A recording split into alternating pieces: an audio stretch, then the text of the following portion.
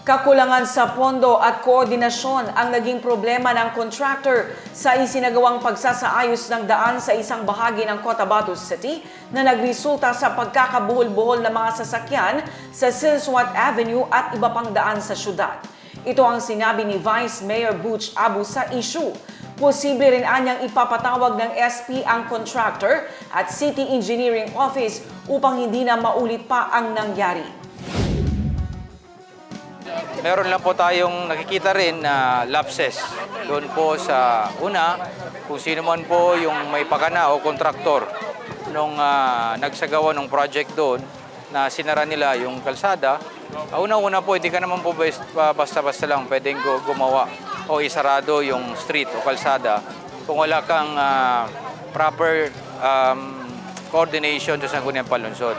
Dahil pag isarado mo yung kalsada, dapat meron pong pagpapaalam sa Sangguniang Panlungsod. Dahil ang Sangguniang Panlungsod ang magbibigay ng authority para i-allow sila na sarado yung kalsada. But nakakalungkot dahil hindi po nangyari yun. At kung inyo pong matatandaan, dati na po namin ginawa yan. Meron po kaming ipinatawag na kontraktor. At tinanong sila bakit nila ginawa yun.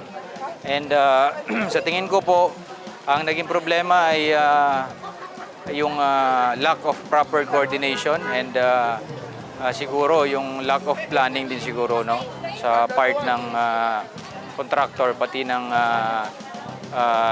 siguro ang City Engineering Office dahil nasa kanila po yan. Pero titingnan po natin at baka pwedeng ipapatawag natin sa next na regular session natin at titingnan natin anong pwedeng aksyon na gawin ng Sangguniang Panlungsod. On our level lang po.